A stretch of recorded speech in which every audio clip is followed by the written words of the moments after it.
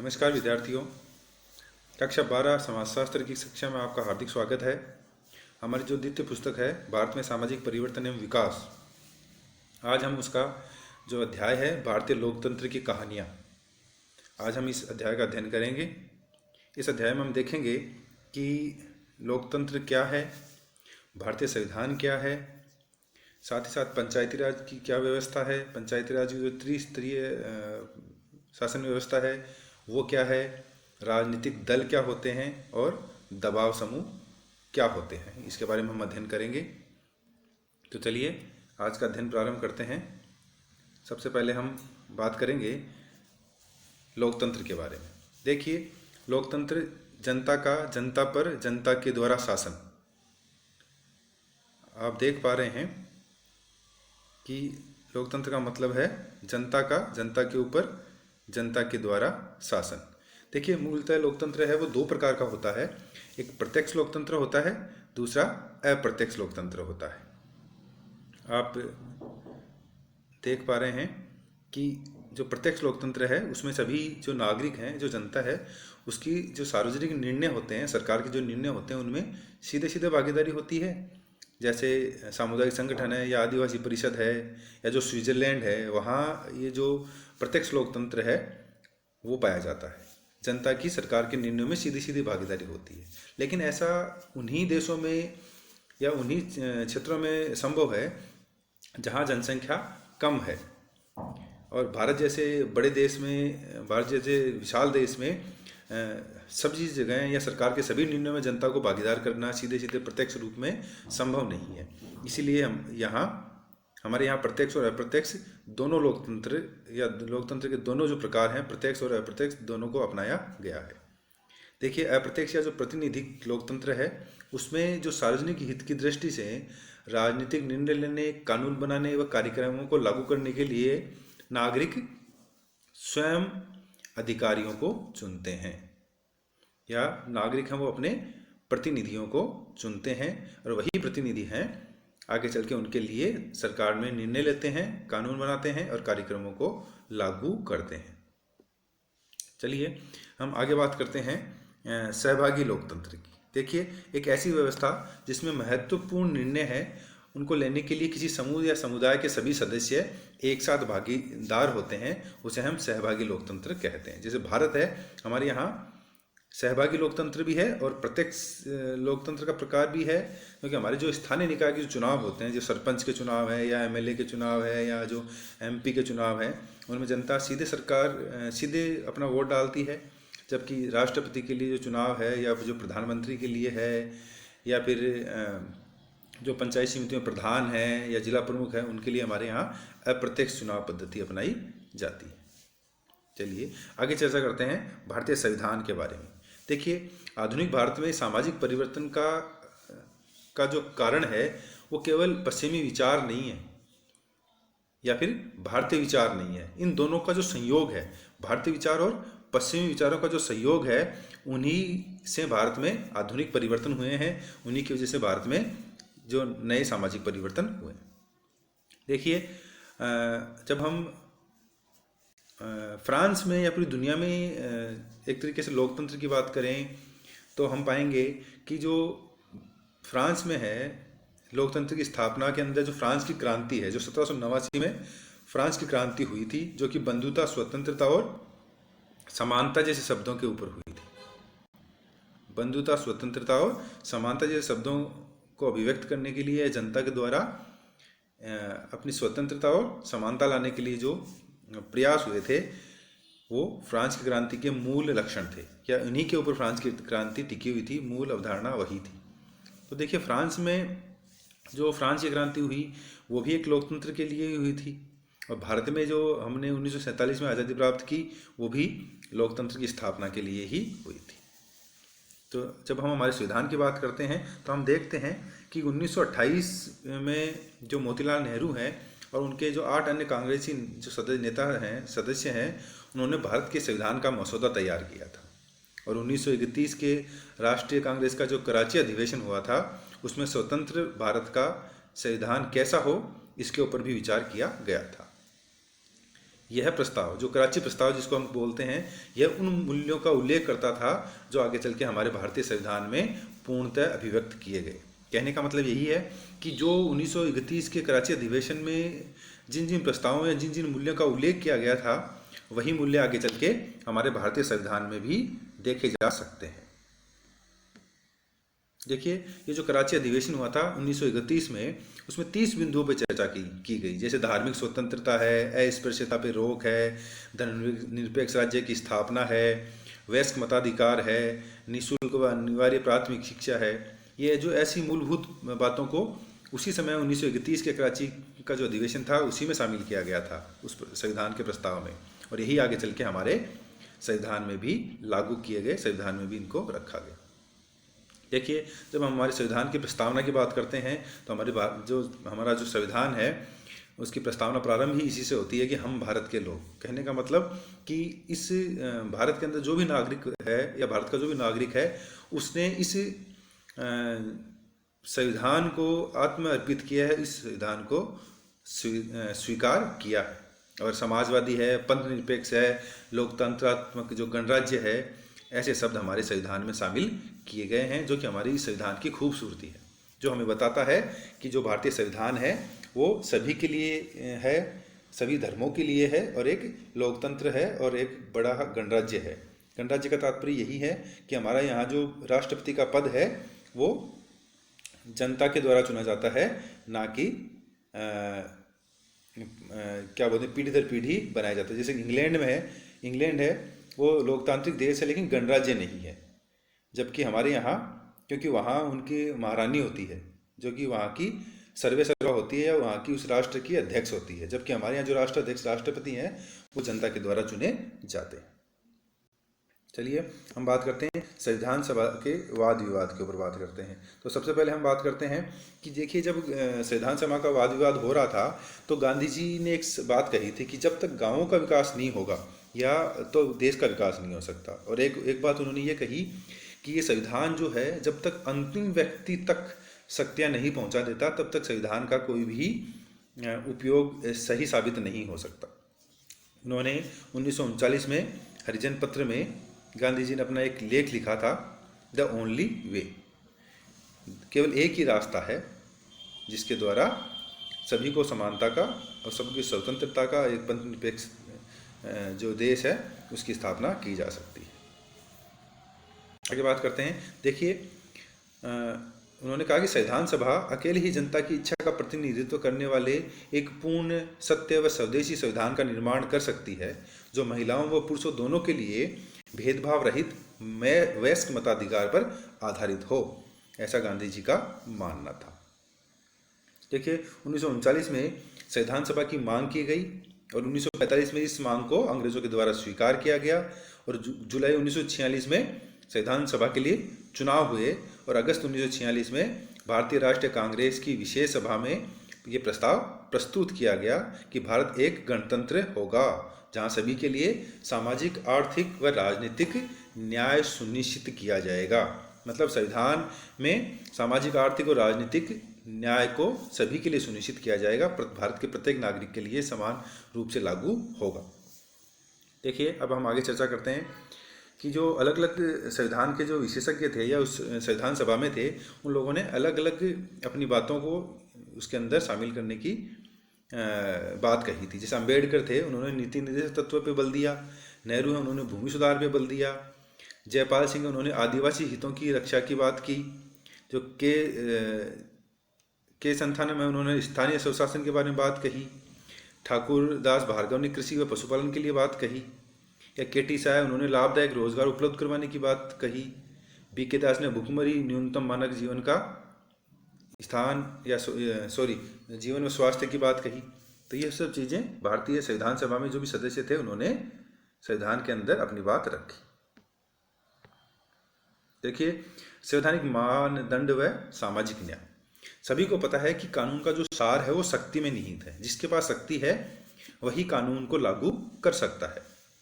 यहाँ इसमें बल प्रयोग अथवा अनुपालन के संचरण के माध्यमों का प्रयोग होता है। इसके पीछे राज्य की शक्ति निहित होती है। कानून है, उसके पीछे राज्य की शक्ति निहित है। तभी सभी के सभी जो लोग हैं वो कानून का पालन इसीलिए करते हैं क्योंकि उसके पीछे राज्य की शक्ति निहित है। क्योंकि अगर कानून के पीछे राज्य की शक्ति नहीं है तो कोई भी व्यक्ति उस कानून को नहीं मानेगा। और न्याय का सार निष्पक्षता है। न्याय अगर निष्पक्ष है, तटस्थ है, तो ही वो न्याय है, वरना केवल वो कुछ लोगों के लिए एक अपनी शक्ति का प्रदर्शन का मार्ग बन जाएगा। देखिए, अब हम बात करते हैं कि संविधान क्या है। एक ऐसा प्रमुख मानदंड जिससे नियम व अधिकारी संचालित होते हैं संविधान कहलाता है। यह एक ऐसा दस्तावेज है जिससे किसी भी राष्ट्र के सिद्धांतों का निर्माण होता है। देखिए, हम समझ गए होंगे कि ऐसे प्रमुख मानदंड जिनसे नियम व अधिकारी संचालित होते हैं। हमारे संविधान के अंदर उन सभी मानदंडों का, सभी नियमों का उल्लेख किया गया है जिसके द्वारा भारत के समस्त जो लोक अधिकारी हैं या भारत के जो जितने भी नियम कायदे कानून हैं वो उसी के अंतर्गत बनते हैं। और हमारे राष्ट्र का सिद्धांत क्या है, जैसे हमने समानता, स्वतंत्रता और न्याय या पंथ निरपेक्षता, समाजवादी, लोकतांत्रिक गणराज्य, इन सब की जो बातें करते हैं, इन सभी सिद्धांतों का उल्लेख हमारे संविधान में है, जो कि दुनिया का सबसे बड़ा लिखित संविधान है। देखिए, संविधान के अनुसार उच्चतम न्यायालय है जो वही सर्वोच्च है। संविधान के मामले में भारत का जो उच्चतम न्यायालय सुप्रीम कोर्ट है वही सर्वोच्च है और वही संविधान का सबसे अंतिम व्याख्या करता है। अगर किसी को भी संविधान में लिखी हुई किसी बात की व्याख्या करवानी है या उसके बारे में कोई निर्णय लेना है तो वह अंतिम निर्णय केवल मात्र उच्चतम न्यायालय का होगा। कोई भी संविधान के संबंध में विवाद है तो वो वाद का निपटारा भी केवल उच्चतम न्यायालय में ही किया जा सकता है, अन्य किसी न्यायालय में नहीं। देखिए, हमारा संविधान है अनुच्छेद 21 के द्वारा जीवन व स्वतंत्रता का अधिकार देता है। साथ ही साथ समान कार्य के लिए समान वेतन, जिसमें हमारे नीति निर्देशक तत्व को अनुच्छेद 14 के समानता के मौलिक अधिकार के अंतर्गत माना गया है। समान कार्य के लिए समान वेतन, नीति निर्देशक तत्व का जो अनुच्छेद 14 है वो समानता के मौलिक अधिकार के अंतर्गत माना गया है। तो ये हमारे संविधान की जो मूल बातें थी वो है। अब हम आगे बात करते हैं संविधान, या कह सकते हैं एक तरीके से कि लोकतंत्र की एक खूबसूरती यही है कि लोकतंत्र हर देश के जो, या हमारा देश है उसके जो अंतिम व्यक्ति तक लोकतंत्र कैसे पहुंचे या उसकी लोकतंत्र में भागीदारी कैसे हो। इसी के लिए भारत में हमारे यहाँ एक विकेंद्रित सरकारें चलती हैं, या कह सकते हैं कि केंद्र के लिए अलग सरकार है, राज्यों के लिए अलग सरकार है, और स्थानीय विकास के लिए कि एक गांव का अंतिम व्यक्ति है या गरीब से गरीब जो व्यक्ति है उसकी लोकतंत्र में भागीदारी किस प्रकार हो, उसी के लिए हमारे यहाँ पंचायती राज व्यवस्था का प्रारंभ किया गया। आज हम उस पंचायती राज व्यवस्था का अध्ययन करते हैं। देखिए, वैसे तो पंचायती का मतलब होता है 5 व्यक्तियों द्वारा शासन। पहले के समय जो पंच परमेश्वर होते थे उसी से कॉन्सेप्ट लिया गया है पंचायती राज। देखिए, गांव व जमीन स्तर पर लचीले लोकतंत्र की क्रियाशीलता से, मतलब गांव व जमीनी स्तर पर, गांव के अंतिम व्यक्ति तक या ग्रामीण स्तर पर गांव का जो अंतिम व्यक्ति है उस तक लोकतंत्र कैसे पहुंचे, इसके लिए पंचायती राज व्यवस्था की शुरुआत की गई और लोकतंत्र में इस व्यवस्था को अपनाया गया। लेकिन संविधान के निर्माण के समय पंचायती राज व्यवस्था का या पंचायतों की कोई भी चर्चा हमारे संविधान में नहीं थी। अम्बेडकर ने तो जो उस समय की जो पंचायतें थी उनको शोषण का तरीका माना था। जो पूर्व की जो पंच पटेलों की जो पंचायत होती थी, अम्बेडकर ने उन पंचायतों को शोषण का तरीका माना था। लेकिन स्थानीय सरकार की जो अवधारणा है, जिसको हम ग्राम स्वराज्य की अवधारणा कहते हैं, वो गांधी जी को बड़ी प्रिय थी। गांधी जी का मानना था कि स्थानीय सरकार जो है, जिसको हम ग्राम स्वराज्य कहते हैं, वही लोकतंत्र का मूल आधार है या लोकतंत्र की खूबसूरती उसी से है। और इसीलिए पहली बार 1992 में 73वें संविधान संशोधन के द्वारा मौलिक व प्रारंभिक स्तर पर लोकतंत्र व विकेंद्रीकृत शासन का परिचय दिया गया और पहली बार 73वें संविधान संशोधन के द्वारा जो पंचायती राज व्यवस्था है उसको संवैधानिक दर्जा प्रदान कर दिया गया। और ये अधिनियम है अब पंचायती राज को और स्थानीय निकायों को 73वें संविधान संशोधन के द्वारा पंचायती राज और 74वें संविधान संशोधन के द्वारा शहरों के जो स्थानीय निकाय हैं उनको संवैधानिक दर्जा दे दिया गया, संविधान में उनका उल्लेख कर दिया गया। और इसी के साथ अब ये जो 33वां संविधान संशोधन वो कहता है कि प्रत्येक 5 वर्ष में पंचायती राज संस्थाओं के चुनाव करवाना अनिवार्य है। ये एक बड़ी ही अच्छी बात है। ये कह सकते हैं कि एक मूल जो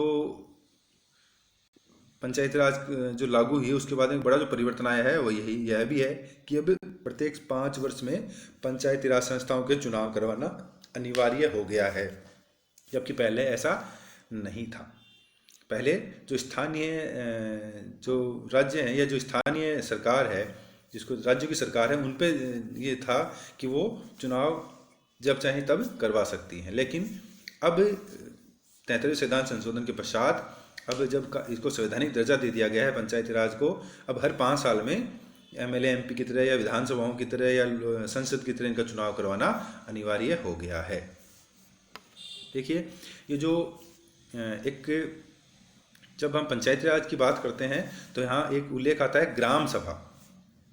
तो इस ग्राम सभा के बारे में चर्चा करते हैं। ग्राम सभा गांव के ऐसे सदस्यों के बारे में बताती है या गांव के वह सभी सदस्य जो कि वयस्क हैं और जिनका नाम गांव की जो निर्वाचन नामावली है या जो वोटर लिस्ट है उसमें दर्ज है, तो वह सभी लोग ग्राम सभा के सदस्य होते हैं। और यही ग्राम सभा है वो सभी प्रकार की गांव के स्तर की चर्चाएं और विकास कार्यों के लिए एक मंच है। जो भी वयस्क मतदाता हैं वो इस ग्राम सभा के सदस्य होते हैं और यही ग्राम सभा है वो गांव के डेवलपमेंट के लिए, उसके विकास के लिए या कौन कौन से कार्य होने चाहिए उनके लिए एक मंच प्रदान करती है, उसके लिए एक ये प्रमुख स्थान है। देखिए, 20 लाख से अधिक जनसंख्या वाले प्रत्येक राज्य में त्रिस्तरीय पंचायती राज प्रणाली को लागू किया गया है। इस बात को ध्यान रखें कि 20 लाख से कम जनसंख्या वाले हैं वहाँ त्रिस्तरीय व्यवस्था नहीं है, वहाँ 2 स्तरीय व्यवस्था भी है, जैसे पूर्वोत्तर भारत के कुछ जो राज्य हैं उनमें। लेकिन 20 लाख से अधिक आबादी वाले राज्यों में त्रिस्तरीय पंचायती राज की प्रणाली लागू की गई है। चलिए आगे बात करते हैं। 73वें संविधान संशोधन के बाद में जैसे ही पंचायती राज व्यवस्था को संवैधानिक दर्जा दिया गया, अनुसूचित जाति व जनजाति हेतु या अनुसूचित जाति व जनजाति की जो महिलाएं हैं उनके लिए 33% आरक्षण, उनके लिए 33% आरक्षण का प्रावधान किया गया, जो कि एक बहुत बड़ा प्रावधान था, या कह सकते हैं कि भारत के इतिहास में एक बहुत बड़ा फैसला था कि अनुसूचित जाति और जनजाति व महिलाओं के लिए 33% आरक्षण का प्रावधान किया गया। जिले के विकास हेतु जिला योजना समिति का गठन किया जाता है। देखिए, पंचायती राज की जो त्रिस्तरीय व्यवस्था उसमें 3 स्तर हैं। सबसे निचला स्तर है वो है ग्राम पंचायत, उससे उपला जो स्तर है वो है पंचायत समितियाँ, और सबसे ऊपर वाला स्तर है वो है जिला परिषद। और जिला परिषद जो है उस जिला परिषद में जिला योजना समिति का गठन किया जाता है, जो कि पूरे जिले की योजनाओं का निर्माण करती है और डेवलपमेंट के जो कार्य हैं, विकास के जो कार्य हैं, उनके लिए योजनाएं बनाती है। चलिए आगे बात करते हैं। 73वें व 74वें संविधान संशोधन ने ग्रामीण व नगरीय दोनों ही क्षेत्रों के स्थानीय निकायों में महिलाओं को 1/3, देखिए 1/3 आरक्षण प्रदान किया है, ये जो बहुत बड़ी बात है। और 17% सीटें हैं वो SC व ST महिलाओं के लिए आरक्षित की गई हैं। देखो, कुल 33% आरक्षण दिया गया है महिलाओं को 73वें संविधान संशोधन में, और उसमें भी 17% सीटें हैं वो अनुसूचित जाति व जनजाति की महिलाओं के लिए आरक्षित की गई हैं। चलिए आगे बात करते हैं कि पंचायतों के द्वारा जो कर है, ग्राम पंचायती जो कर हैं वो संपत्ति पर, व्यवसाय के द्वारा, पशुओं पे, वाहन पे या भू राजस्व आदि के द्वारा ग्राम पंचायतें कर की व्यवस्था करती हैं, या कह सकते हैं अपने लिए राजस्व की व्यवस्था करती हैं। देखिए, कुछ राज्यों में न्याय पंचायतों की स्थापना भी की गई है। छोटे मोटे दीवानी व आपराधिक मामलों की सुनवाई भी वो जो न्याय पंचायतें हैं वो करती हैं। वो जुर्माना भी लगा सकती हैं और वो जुर्माना लगा सकती हैं लेकिन दंड नहीं दे सकती हैं। ये कुछ राज्यों में, जो पूर्वोत्तर भारत के जो राज्य हैं उनमें कुछ न्याय पंचायतों की स्थापना की गई है, जो कि छोटे मोटे आपराधिक मामलों की सुनवाई करती हैं, लेकिन वो दंड नहीं दे सकती हैं, छोटा मोटा जुर्माना लगा सकती हैं। अब देखिए कुछ बात करते हैं जनजातीय क्षेत्रों में पंचायती राज व्यवस्था की। देखिए ये जो मेघालय है, में गारो है, खासी है, जयंतियाँ हैं, ये जो आदिवासी जनजातियाँ हैं, इन जातियों में सैकड़ों साल पुरानी एक राजनीतिक संस्था रही है। ये ग्राम, वंश, राज्य के स्तर पर बड़ी कुशलता से कार्य करती है। जैसे खासियों की जो पारंपरिक राजनीतिक प्रणाली में प्रत्येक वंश की अपनी परिषद होती है, इसे दरबार कुर कहा जाता है। इसे दरबार कुर कहा जाता है और वंश के मुखिया के द्वारा यह निर्देशित होती है। जो मैंने बात की थी कि पूर्वोत्तर भारत के जो राज्य हैं उनमें त्रिस्तरीय प्रणाली लागू नहीं है। उनमें जो जनजातियां हैं, जैसे गारो है, खस है, जयंतियां हैं, इनमें उनकी स्थानीय परिषदें होती हैं जिनको दरबार कुर भी कहा जाता है, और जिनका उनका वंश का मुखिया है वही उनका देख रेख करता है। कुछ जनजातीय क्षेत्रों में वन पंचायतें भी हैं, जैसे उत्तराखंड के जंगलों को बचाने हेतु तथा वहाँ की चारा लकड़ी एकत्रित करने हेतु, साथ ही पौधशालाएं बनाकर उन्हें पहाड़ी ढालों पर रोपण करने हेतु महिलाओं द्वारा वन पंचायतों की स्थापना की गई है। चिपको आंदोलन भी कहाँ से प्रारंभ हुआ था? उत्तराखंड के जंगलों से ही प्रारंभ हुआ था। तो उन्हीं उत्तराखंड के जंगलों में या उत्तराखंड के अंदर एक तरीके से हम कह सकते हैं कि वन पंचायतों का गठन किया गया है।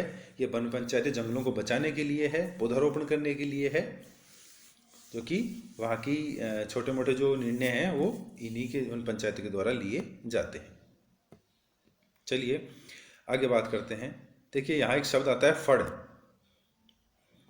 फड़ कपड़े की फड़ कहानी लिखने का एक परंपरागत लोक माध्यम है। कपड़े के ऊपर किसी भी लोक देवता या लोक देवी या वहाँ का जो स्थानीय कोई नेता है या वहाँ का स्थानीय कोई कुल देवता है या वहाँ स्थानीय कुछ जो कहानियाँ प्रचलित हैं देवताओं के बारे में या वहाँ के विशेष लोगों के बारे में, उन कहानियों को लिखना कपड़े के ऊपर, वह कहलाती है फड़। चलिए हम आगे बात करते हैं राजनीतिक दल व दबाव समूह। राजनीतिक दल क्या होता है और दबाव समूह क्या होता है, इसके बारे में हम आगे चर्चा करेंगे। इससे पहले हम चर्चा कर लेते हैं पंचायती राज के बारे में चर्चा कर लेते हैं। देखिए संविधान के अनुच्छेद 40 में राज्यों को पंचायतों के गठन का निर्देश दिया गया है तथा 7वीं अनुसूची, राज्य सूची की जो 7वीं अनुसूची है उसकी 7वीं अनुसूची की प्रविष्टि 5 में ग्राम पंचायतों को शामिल करके उनके संबंध में कानून बनने का अधिकार भी राज्य को दिया गया। देखिए अनुच्छेद 40 है वो तो राज्यों को पंचायतों का गठन करने का निर्देश देता है, और 7वीं अनुसूची की प्रविष्टि 5 में ग्राम पंचायतों को शामिल करके उनसे संबंधित कानून बनाने का अधिकार भी राज्य को केंद्र सरकार या संविधान देती है।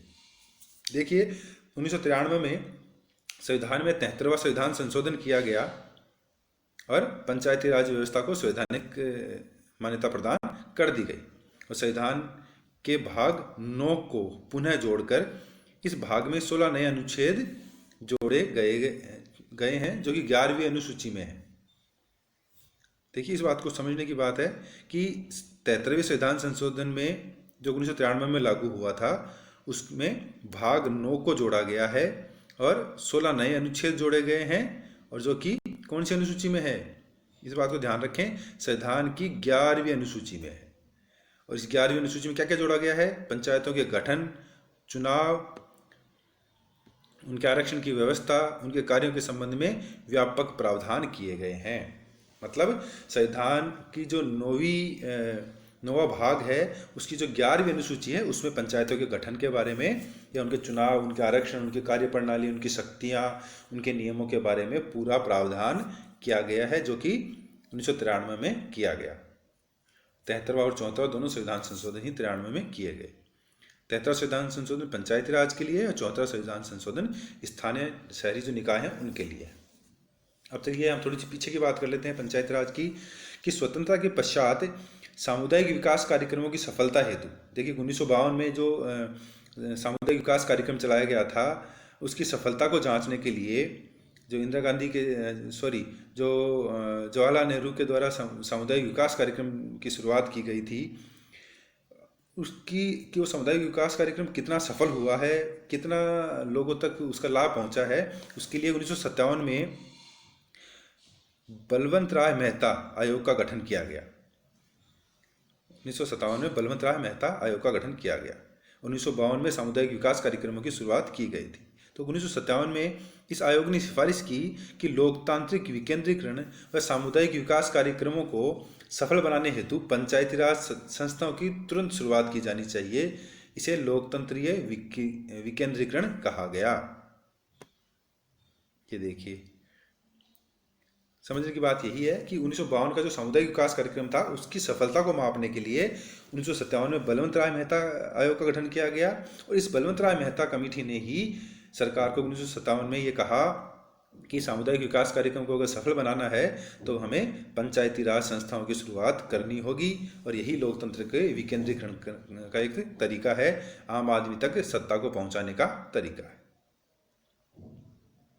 अब देखिए इसकी आवश्यकता क्या है या इसका क्या महत्व है, पंचायती राज व्यवस्था का क्या महत्व है।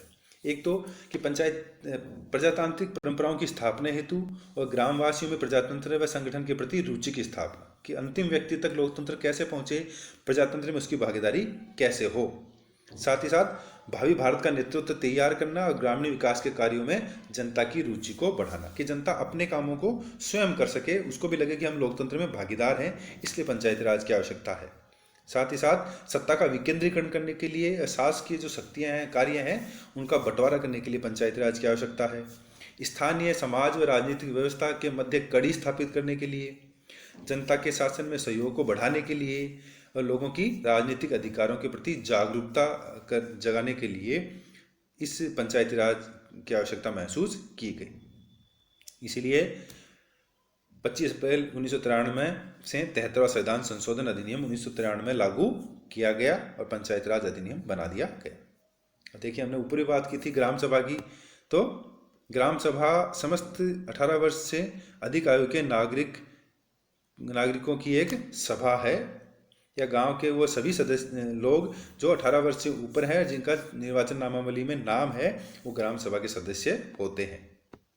यही गांव के विकास के कामों को अंजाम देते हैं। गांव के विकास के काम सारे ग्राम सभा में ही होते हैं। चलिए अब बात करते हैं हम ग्राम पंचायतों का गठन।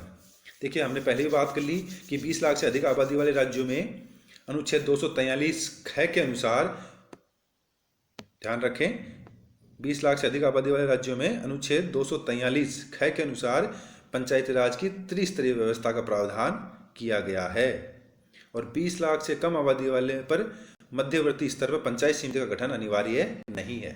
वहाँ केवल 2 ही स्तर होते हैं, वहाँ 2 ही स्तर होंगे, एक तो होगा पंचायत समिति और निचला स्तर होगा ग्राम पंचायत। जो बीच का स्तर है जिसको हम पंचायत समिति बोलते हैं, इस स्तर की आवश्यकता वहाँ नहीं है जहाँ 20 लाख से कम आबादी है। त्रिस्तर की बात करें तो हमने बात की थी, सबसे जो निचला स्तर है वो है ग्राम पंचायत, उसके बाद उसके ऊपर होती है पंचायत समितियाँ, इनको ब्लॉक समितियाँ बोलते हैं, और सबसे ऊपर का जो स्तर है पूरे जिले के लिए एक जिला परिषद का गठन किया जाता है। चलिए पंचायतों की संरचना की बात करते हैं कि जो पंचायतों की जो संरचना है उसमें जो सभी स्थान हैं वो प्रत्यक्ष चुनाव प्रणाली के द्वारा भरे जाएंगे। केवल पंचायत समिति और जिला परिषद अध्यक्ष का चुनाव है वो अप्रत्यक्ष रूप से होगा, जो हमने पहली बात की थी। मैंने आपको बताया भी था कि पंचायतों में प्रत्यक्ष चुनाव होते हैं, लेकिन जो पंचायत समिति है और जिला परिषद है उनके अध्यक्ष का चुनाव है वो अप्रत्यक्ष तरीके से होगा। जो सदस्य होंगे वही इसके लिए वोट डालेंगे, जिसकी हम आगे चर्चा भी करें। आरक्षण की बात हमने कर ली थी कि SC/ST को जनसंख्या के अनुपात में आरक्षण दिया जाएगा तथा आरक्षित स्थानों में से 33%, 1/3 स्थान है वो अनुसूचित जाति और जनजाति की महिलाओं के लिए आरक्षित होंगे। साथ ही साथ इनका कार्यकाल है वो 5 वर्ष का होगा और इसके पूर्व विघटित होने पर विघटन की तिथि से 6 माह के अंदर इनका चुनाव करवाना अनिवार्य है। जो राज्य निर्वाचन आयोग है उसकी जिम्मेदारी है कि पंचायती राज के जो संस्थाओं के चुनाव हैं वो प्रत्येक 5 वर्ष में हो। अगर पहले ही विघटित हो जाए, कोई पंचायत समिति है, जिला परिषद है या जो ग्राम पंचायत है वो पहले विघटित हो जाए तो 6 माह के भीतर, इस बात का ध्यान रखें कि 6 माह के भीतर पुनः चुनाव करवाना अनिवार्य है। चलिए वित्त की बात करें तो जो पंचायती राज की जो पैसा है वो राज्यपाल के द्वारा जो वित्त आयोग का गठन किया जाता है उसके अनुदान व कर के निर्धारण की सिफारिश या उस जो अनुदान है वो कर है वो उस वित्त आयोग के द्वारा ही जारी किया जाता है, जो कि राज्यपाल के द्वारा वित्त आयोग का गठन किया गया है। वही अनुदान देता है, वही कर का निर्धारण भी करता है पंचायती राज के लिए। चलिए अब बात करते हैं कार्य की, बात करते हैं पंचायती राज की। तो 11वीं अनुसूची में 29 विषय हैं जिन पर पंचायतें विधि के अनुसार कार्य कर सकती हैं। जैसे कृषि है, जल है, भूमि है, पशुपालन है, लघु उद्योग है, शिक्षा है, आवास है, विद्युत है, स्वास्थ्य है, परिवार कल्याण है, इससे संबंधित या ऐसे जो विषय हैं इनके ऊपर, ऐसे कुल 29 विषय हैं। इन 29 विषय के ऊपर पंचायतें हैं वो कानून बना सकती हैं या टैक्स लगा सकती हैं या कर लगा सकती हैं। अब देखिए, जब पंचायती राज की व्यवस्था की बात करते हैं तो राजस्थान की बात भी करते हैं कि राजस्थान में जो पंचायती राज है वो राजस्थान की विधानसभा के द्वारा 2 सितंबर 1959 को पंचायती राज अधिनियम पारित किया गया था। और उसी की वजह से 2 अक्टूबर 1959 को, ये बात याद रखने की है कि भारत में जो पंचायती राज की शुरुआत हुई थी वो 2 अक्टूबर 1959 को नागौर जिले से प्रधानमंत्री पंडित जवाहरलाल नेहरू के द्वारा पंचायती राज व्यवस्था का उद्घाटन किया गया। मतलब भारत में सर्वप्रथम पंचायती राज की शुरुआत है वो राजस्थान के नागौर जिले से हुई है, जो कि 2 अक्टूबर 1959 को। इसको याद रखें।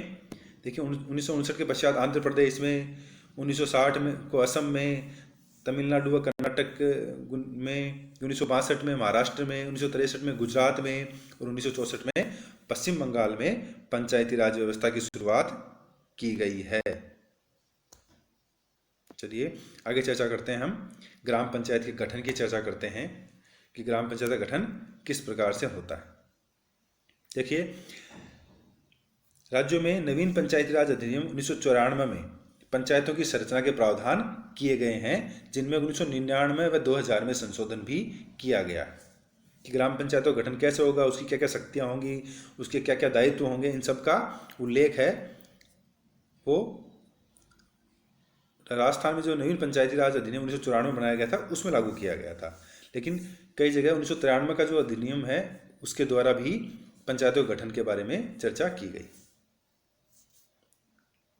देखिए, इसके द्वारा ग्राम पंचायती जो संरचना की बात करते हैं तो ग्राम पंचायती संरचना में देखिए सबसे पहले सरपंच, उप सरपंच और पंच, इनका चुनाव किया जाता है। अप्रत्यक्ष, इसमें सरपंच है वो प्रत्यक्ष चुनाव के द्वारा होगा और जो उप सरपंच है वो अप्रत्यक्ष चुनाव के द्वारा होगा। पंच है उसका भी चुनाव प्रत्यक्ष रूप से होगा। अब देखिए, गांव का मुखिया है, सरपंच है, वो ग्राम पंचायत अपने एक उप सरपंच का चुनाव करती है और एक पंच। जो आम मतदाता है वो पंच के लिए और सरपंच के लिए वोट डालता है चुनाव में, और जो उप सरपंच है उसका चुनाव अप्रत्यक्ष निर्वाचन के द्वारा किया जाता है। ग्राम पंचायत है उसके अंदर एक सरकार का जो कर्मचारी है वो ग्राम सचिव होता है, जिसको ग्राम सेवक भी बोलते हैं, और अन्य कार्मिक उसके साथ कार्य करते हैं।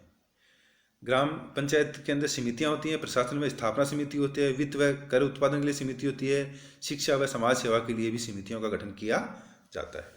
तो ये जो आप देख पा रहे हैं कि सरपंच, उप सरपंच और पंच, ये तो जनता के प्रतिनिधि हो गए। ग्राम सेवक है या अन्य जो कर्मचारी हैं वो सरकार के नुमाइंदे हो गए, और ग्राम पंचायत में कार्य करने के लिए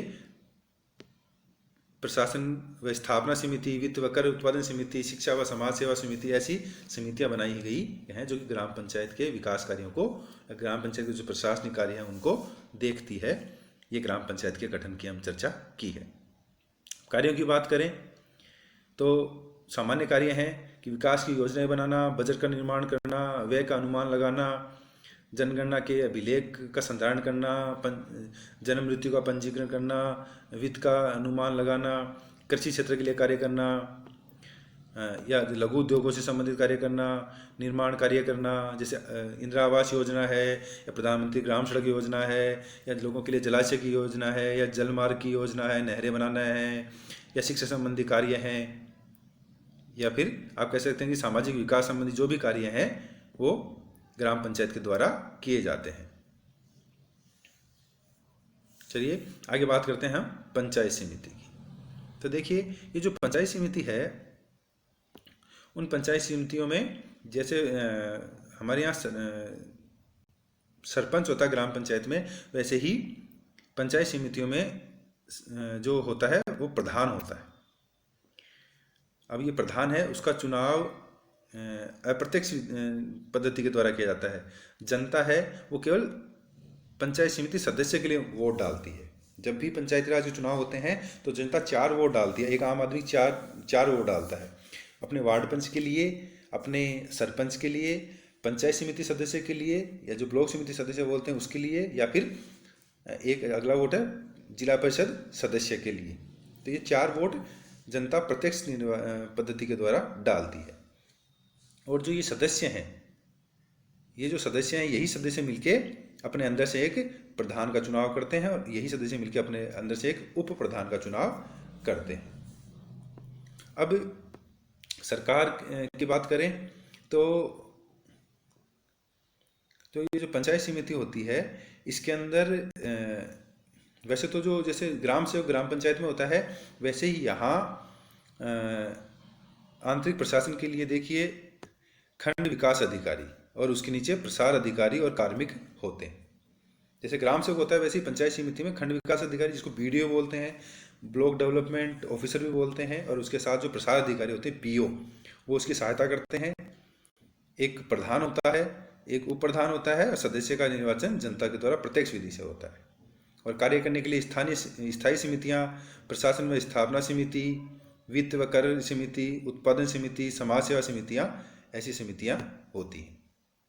अब देखिए सदस्य हैं, उनमें कुछ मनोनीत सदस्य भी होते हैं। जो पंचायत समिति, उसमें कुछ मनोनीत सदस्य भी होते हैं। जैसे उस क्षेत्र का जो एमपी है या उस क्षेत्र का जो विधायक है, उनको भी मत देने का अधिकार होता है। या ग्राम पंचायत के जो सदस्य हैं, जिनमें सरपंच होता है, वो भी पंचायत समिति की मीटिंगों में भाग ले सकते हैं, बैठकों में भाग ले सकते हैं, और पंचायत समिति जो निर्णय है उनमें मतदान कर सकते हैं।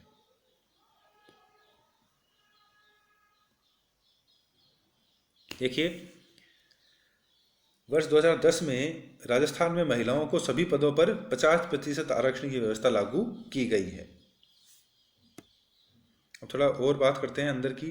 तो प्रथम बैठक जिला कलेक्टर के द्वारा आमंत्रित की जाती है पंचायत समिति में। बाद में प्रत्येक 6 माह में एक बैठक प्रधान के द्वारा आयोजित की जाती है, और 1/3 सदस्यों के लिखित अनुरोध पर पंचायत समिति स्तर पर बैठक का आयोजन किया जा सकता है, और कोरम पूरा करने के लिए 1/3 सदस्य उपस्थित होना आवश्यक है।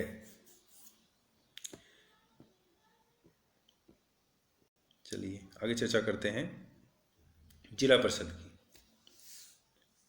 जिला परिषद को पूरे जिले के लिए एक नीति निर्माण की इकाई माना जाता है, कि जिले में अगर किसी नीति का निर्माण करना है तो उसके लिए जिला परिषद का गठन किया गया है। यही नीति निर्माण की एक प्रमुख इकाई है। अब जिले परिषद के गठन की बात करते हैं, तो जो जैसे सरपंच होता है ग्राम पंचायत में, जैसे पंचायत समिति के अंदर प्रधान होता है, वैसे ही जिले के लिए जिला प्रमुख होता है।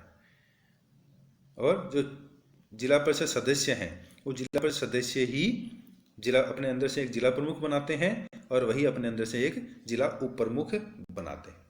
जैसे ग्राम पंचायत में ग्राम सेवक है, पंचायत समिति में बीडीओ ब्लॉक डेवलपमेंट ऑफिसर है, वैसे ही जिला स्तर पर सीईओ मुख्य कार्यकारी अधिकारी, जो कि राज्य सेवा का भी हो सकता है, या अधिकांश राज्य सेवा का जो अधिकारी होता है वही मुख्य कार्यकारी अधिकारी या सीईओ बनाया जाता है, और उसके नीचे अन्य कार्मिक होते हैं।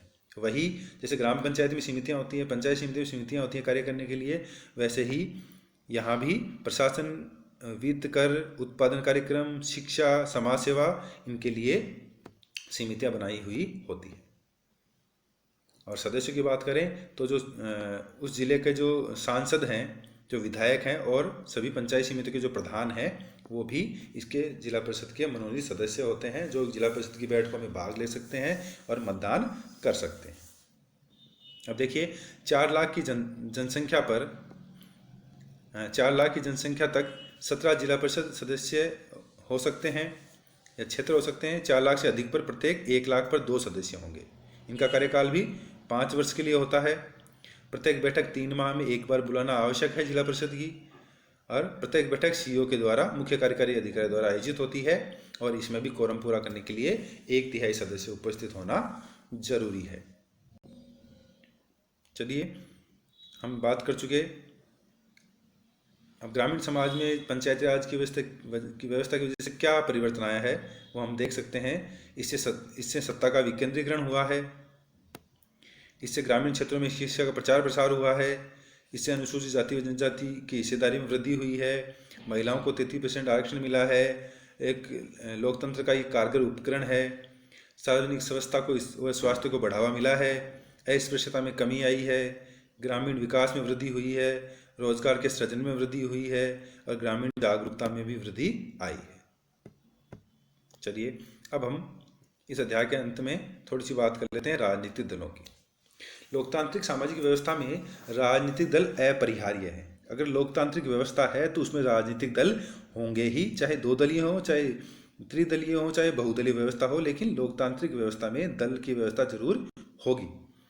जैसे अमेरिका वगैरह में द्विदलीय व्यवस्था है, जैसे भारत में बहुदलीय व्यवस्था है। यह समाज सरकार के मध्य तथा मतदाता व प्रतिनिधात्मक सदस्यों के मध्य कड़ी का काम करती है। जनता और सरकार के बीच में ये क्या है, एक बड़ी कड़ी है राजनीतिक दल, जो कि एक सेतु का काम करती है। किसी भी देश में हजारों लोग देश की समस्याओं पर सोचते हैं, चिंतन करते हैं, मनन करते हैं, मंथन करते हैं। जब उनके विचारों व दृष्टिकोणों को दलीय आवरण के द्वारा क्रमबद्ध व्यवस्थित किया जाता है तो राजनीतिक दल बनते हैं। देश की समस्याओं के बारे में जब लोग सोचते हैं और जब एक ही विचार और एक ही दृष्टिकोण वाले लोग एक जगह एकत्रित हो जाते हैं और एक तरीके से क्रमबद्ध रूप से व्यवस्थित हो जाते हैं तो वो एक राजनीतिक दल का निर्माण करते हैं। एक स्वतंत्र समाज में राजनीतिक दल नागरिकों के उस व्यवस्थित समुदाय को कहते हैं जो शासन तंत्र को नियंत्रित करना चाहता है। उनके लिए जन सहमति में भाग लेकर अपने कुछ सदस्यों को सरकारी पदों पर भेजने का प्रयास करता है। तो मूल बात यह है कि राजनीतिक दल का अर्थ है कि जो ऐसा दल या समूह जो सत्ता प्राप्ति के जो जन सहमति के द्वारा या जन समर्थन के द्वारा सत्ता प्राप्त करना चाहता है, और जो चुनाव लड़ता है और जिसके सदस्य हैं वो चुनाव लड़के लोकसभा में, विधानसभा में जाते हैं और अपनी बातों को रखते हैं और सरकार बनाने का प्रयास करते हैं। इनके कार्य हैं, एक लोकतांत्रिक देश में जो राजनीतिक दल के कार्य हैं वो हैं सार्वजनिक नीतियों का निर्माण करना, शासन का संचालन करना, शासन की आलोचना भी करना, अगर विपक्ष में है तो आलोचना भी करेगा, चुनाव का संचालन करवाना, लोकमत का निर्माण करना, शासन व जनता के मध्य एक सेतु का काम करना, और सामाजिक व सांस्कृतिक कार्यों का संपादित करना। अब बात करते हैं दबाव समूह की। जैसे राजनीतिक दल हैं वैसे ही दबाव समूह भी लोकतंत्र में एक अहम भूमिका रखते हैं, लेकिन इनका मूल उद्देश्य शासन में आना नहीं होता। इनका मूल उद्देश्य अपने जनसमूह का समर्थन प्राप्त करके सरकार पर दबाव डालना होता है। ऐसी स्वयंसेवी समूह होते हैं जो जनता के विशेष हितों की समाज में रक्षा करते हैं।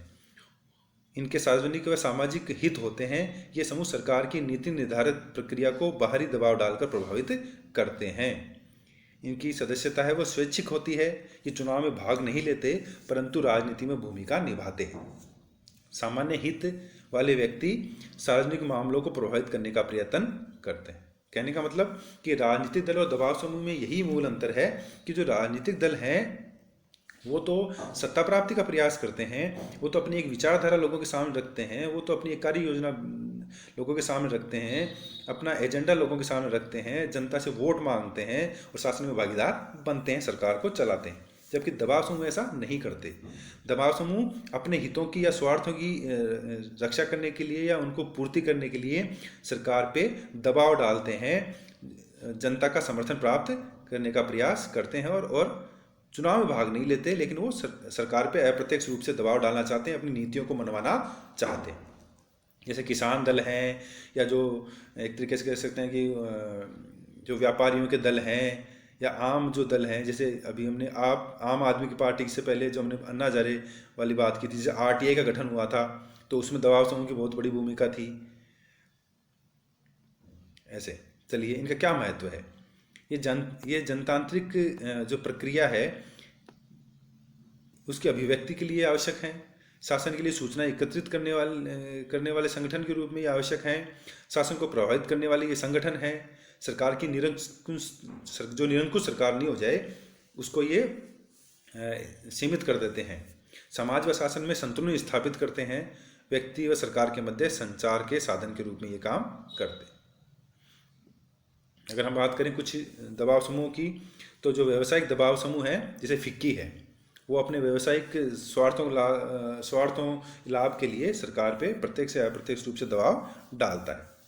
सामाजिक सांस्कृतिक दबाव समूह के रूप में जैसे आर्य समाज है, हिंदू परिषद है, अकाली दल है, जमात ए इस्लामी की चर्चा करते हैं। संस्थागत की बात करें तो पुलिस वेलफेयर संगठन है, सिविल सर्विस एसोसिएशन है, रेड क्रॉस सोसाइटियां हैं, ये भी दबाव समूह का काम करती हैं।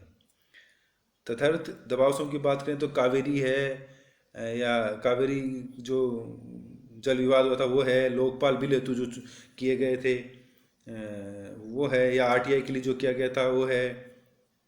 कुछ समय हेतु विशेष मुद्दों पर दबाव डालने हेतु वो तदर्थ दबाव समूह होते हैं।